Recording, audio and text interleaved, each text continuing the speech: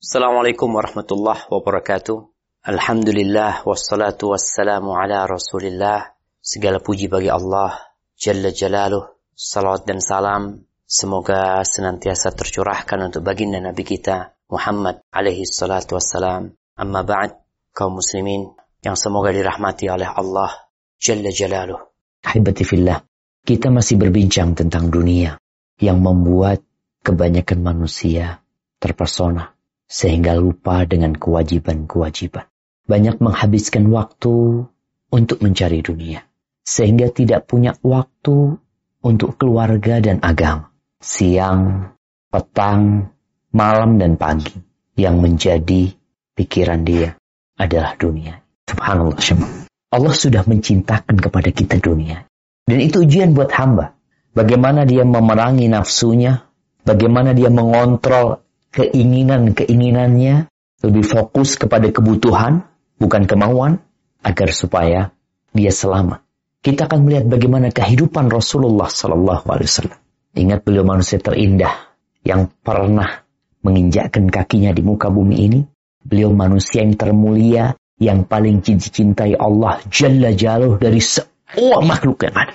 Bagaimana sih hidup beliau? Makanya para sahabat Nabi radhiyallahu ta'ala anhum, kalau mereka mengingat kehidupan Rasul SAW bersama sahabat-sahabat yang dulu sebelum dibukakan dunia, mereka kadang kala menangis. Mereka takut, termasuk dari orang-orang yang disegerakan kenikmatan. وعن عبد الله بن مسعود رضي الله عنه قال: نام رسول الله صلى الله عليه وسلم على حصير فقام وقد أثر في جنبه قلنا يا رسول الله لو اتخذنا لك وطاء فقال: ما لي وللدنيا ما أنا في الدنيا إلا كراكب استظل تحت شجرة ثم راح وتركها. رواه الترمذي وقال حديث حسن صحيح. Dari Abdullah bin Mas'ud radhiyallahu anhu, ia bercerita, Rasulullah sallallahu alaihi wasallam pernah tidur di atas tikar, dan tatkala bangun terlihat membekas di tubuhnya. Lalu kami mengatakan, wahai Rasulullah, bagaimana jika kami menyediakan kasur untukmu? Beliau menjawab, apalah arti dunia ini bagiku?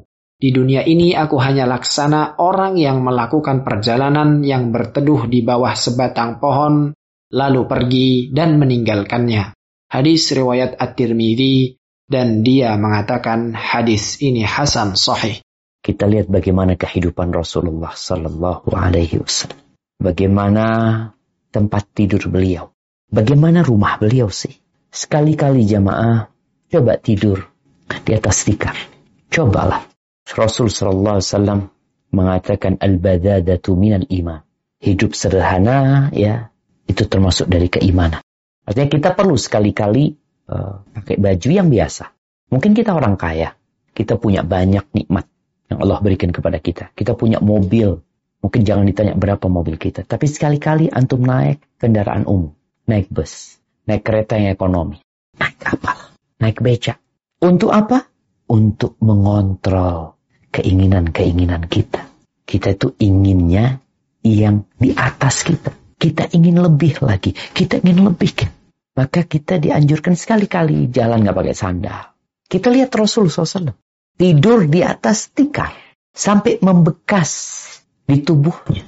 Rasulullah SAW itu lembut jemaah. Tapi beliau perkasa. Kata Anas bin Malik radhiyallahu anhu. Walladhi nafsi biyadihi. Demi yang jiwaku di tangan Allah, kata Anas. Ma massat yadi min haririn. Waladi bajid. Gak pernah tanganku ini menyentuh sutra. Ada sutra yang tipis, ada sutra yang tebal. Aku tidak pernah menyentuh yang lebih lembut daripada tangan Rasul sallallahu alaihi wasallam. Allahu Akbar. Alaihi salatu wassalam. Tapi tidurnya di atas tikar beliau. Maka ada garis-garis. Belilah tikar antum. Hari ini punya rezeki beli tikar. Malam hari ajak keluarga tidur di atas tikar. Kira-kira apa yang akan terjadi? Gak enak. Gak bisa tidur. Ini, itu, macam-macam. Ya, setelah itu katakan, dulu Rasulullah SAW itu tidurnya kayak gini.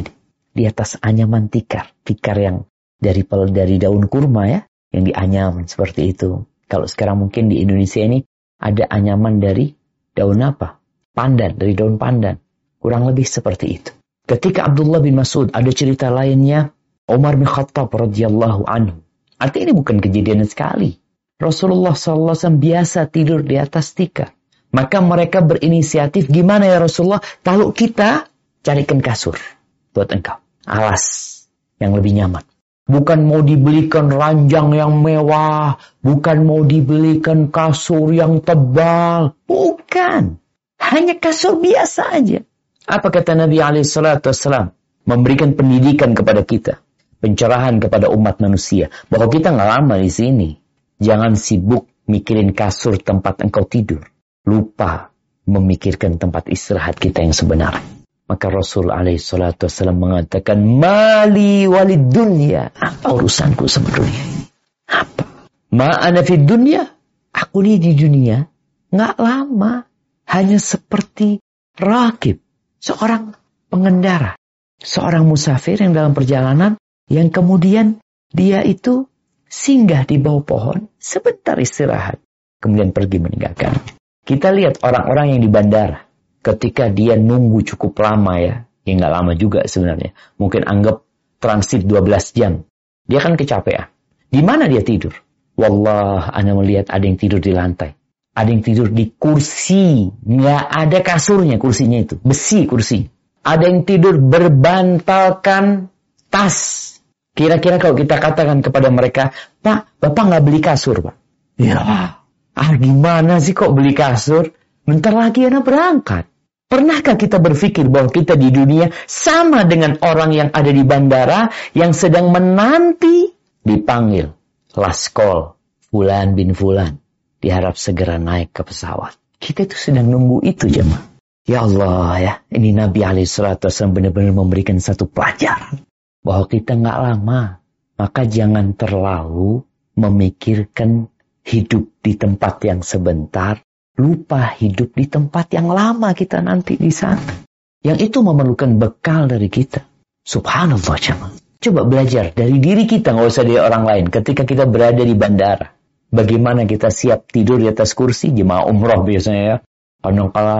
Kalau katanya orang-orang, ya Allah jemaah umroh, kayak ikan pindang tidurnya di bandara. Padahal dia orang kaya jemaah. Karena nggak ada tempat kursi, ya udah duduk di bawah dia. Dan nggak ada masalah buat dia. Kalau mereka ditanya kenapa tidak beli kasur, kata mereka, bentar lagi anak berangkat. Bentar lagi, nggak lama.